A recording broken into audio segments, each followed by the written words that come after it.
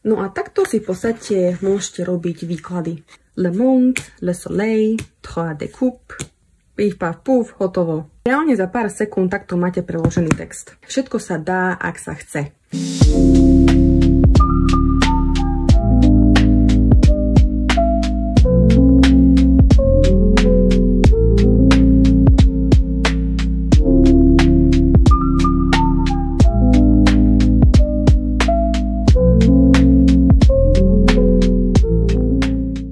Vítajte naspäť zlatička na mojom kanáli Tarot a Chill. V tomto videu vám chcem ukázať, ako sa dá pracovať s tarotovými kartami v angličtine, keď vy po anglicky neviete, alebo viete nejaké základy, ale stále v tom nie ste doma. Ale ešte predtým, ako sa do toho pustíme, tak sa trošku vyrozprávam, aká je dostupnosť kariet v slovenčine, češtine a angličtine. Tarotové karty po slovensky nie sú skoro vôbec, žiaľ. Je len jeden nejaký základný, niečo takéto, originálny Rider-Waite-Smith, možno niečo v takomto štýle, ale po slovensky, ktorý sa dá nájsť niekde cez internet. A potom som našla ešte jedny karty po slovensky od jednej holčinky na Instagrame. Volajú sa Tarot Lucille? Neviem presne, ako sa to číta, ak to čítam zle, pardon. Dávam tu jej Instagram. Ak máte záujem, tak si to pozrite. Ja osobne tieto karty nemám, takže neviem vám momentálne veľa o nich povedať, a len to, že si cením, že sú vôbec nejaké karty po slovensky, lebo je to, že veľká rarita. A to je všetko. Možno sú aj iné karty po slovensky, ale momentálne v čase robenia tohto videa ja o iných neviem. Čo sa týka češtiny, to už je o mnoho lepšie. Tam máte už väčší výber, ale stále no nič moc. Na to, koľko tarotových balíčkov existuje celkovo, tak aj v tej češtine je to strašne málo. Ja mám iba jedny karty po česky a to je Tarot moderní čarodejky. A pravdepodobne aj posledný, čo bude mať, lebo ja osobne preferujem angličtinu od češtiny. No a potom po anglicky je skoro všetko ostatné. Čiže tým, že ja mám skoro všetky karty po anglicky, ktoré ukazujem a budem ukazovať na mojom kanáli a veľa z nich nie je dostupných ani v slovenčine, ani v češtine, tak som si uvedomila, že veľa z vás môže byť znevýhodnených a to nechcem. Nechcem, aby tu niekto natrafil na karty, ktoré sa mu budú veľmi páčiť, ale nebude si ich môcť kúpiť kvôli tomu, že sú len v angličtine. Takže poďme si teda povedať, ako na to a aké máme možnosti. Prvá možnosť je si zakúpiť túto knižku. Tarot kompletná príručka od Liz Dean. Je v slovenčine, ale aj v češtine, ak tu sú aj nejakí Češi. A je naozaj dobrá. Veľmi sa mi páči táto kniha. Máte tu veľa základných a podstatných informácií o každej karte.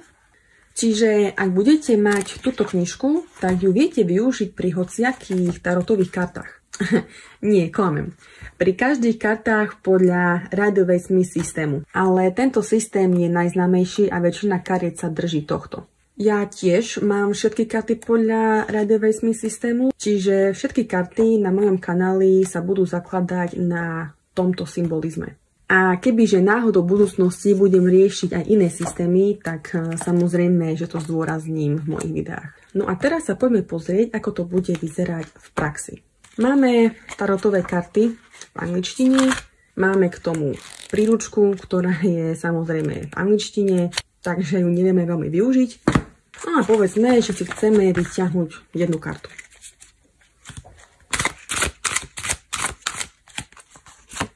Vyťahli sme si 9 mečov. Na to budeme mať túto knižku, takže si ideme nájsť 9 mečov v tejto knižke. Dobre, tuto máme. Čiže v podstate môžeme si prečítať o tejto karte z tejto príručky. Tým, že je to podľa Rider-Waite-Smith systému, tak ten význam by mal byť veľmi podobný, čo je v tejto knižke. Každá jedna karta má tu svoj opis, čo sa deje na karte, potom nejaké astrologické veci, ale tu máte význam priamej karty. A tu si môžete všetko prečítať o danej karte. Táto karta je v skratke o úzkosti a nočných morách. Ako sami vidíte, podľa originálu je tu nejaká osoba, ktorá nespí, vyzerá, že sa nejako trápi. A samozrejme na tejto karte je to zvýraznené trošku inak, lebo celkovo ten štýl je iný a autor to chcel zobraziť takto, ale sami vidíte, že v podstate je to veľmi podobné.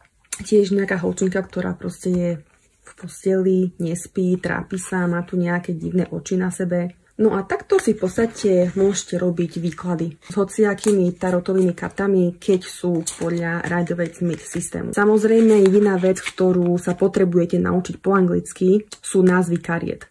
Ale takto už snáď predpokladám, také základy máte. A keď nie, tak to je naozaj najmenej sa naučiť názvy kariet. Z malej arkány sa vám reálne treba iba naučiť meče, palice, poháre a mince. A máte ich od 1 do 10, čiže, ja neviem, 3 poháre, 7 mečov, to je všetko. Potom máte ľudí, páža, rytier, kráľovna, kráľ. No a potom veľkú arkánu, čo je v podstate 22 kariet. Ak neviete ani to, tak naozaj iba sa vám treba naučiť 22 pojmov. Čiže toto je jedna možnosť, avšak niekedy môžu byť karty veľmi špecifické a tematické.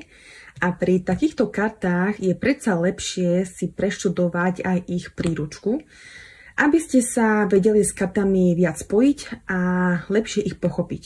Čo tým myslím?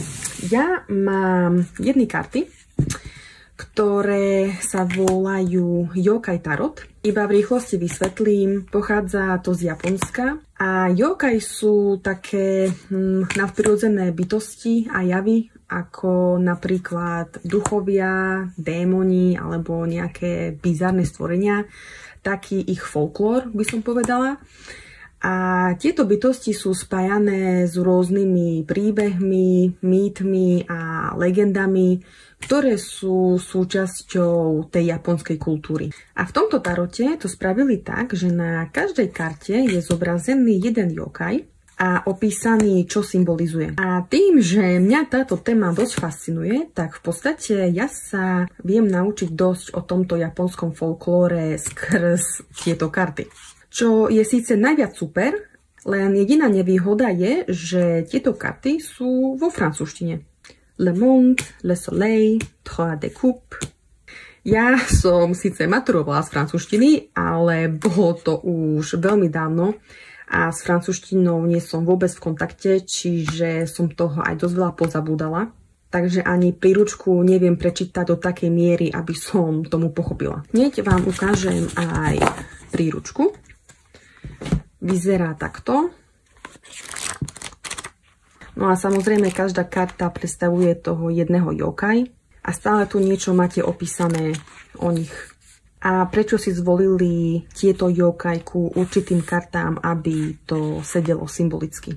No a tým, že ja som si tieto karty kúpila kvôli tomu, aby som sa naučila niečo o tých yokai, tak ja si každú jednu kartu musím prekladať. Ale našťastie žijeme v technologickej dobe, ktorá nám extrémne uľahčuje život. Takže vám len ukážem, ako rýchlo a efektívne si to viem preložiť. Takže poďme si spraviť nejaký príklad. Pustovník. Môžeme si spraviť pustovníka.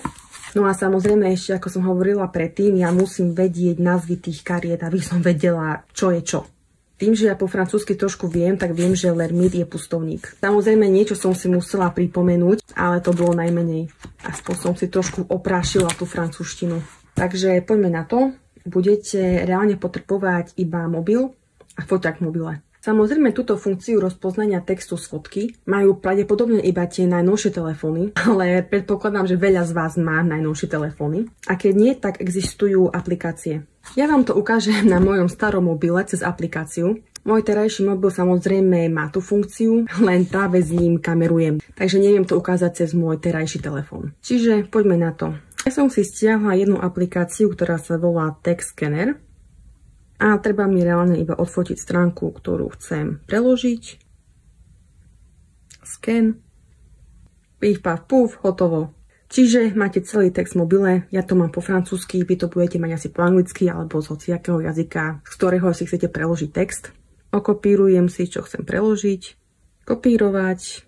a idem na prekladať cez Google.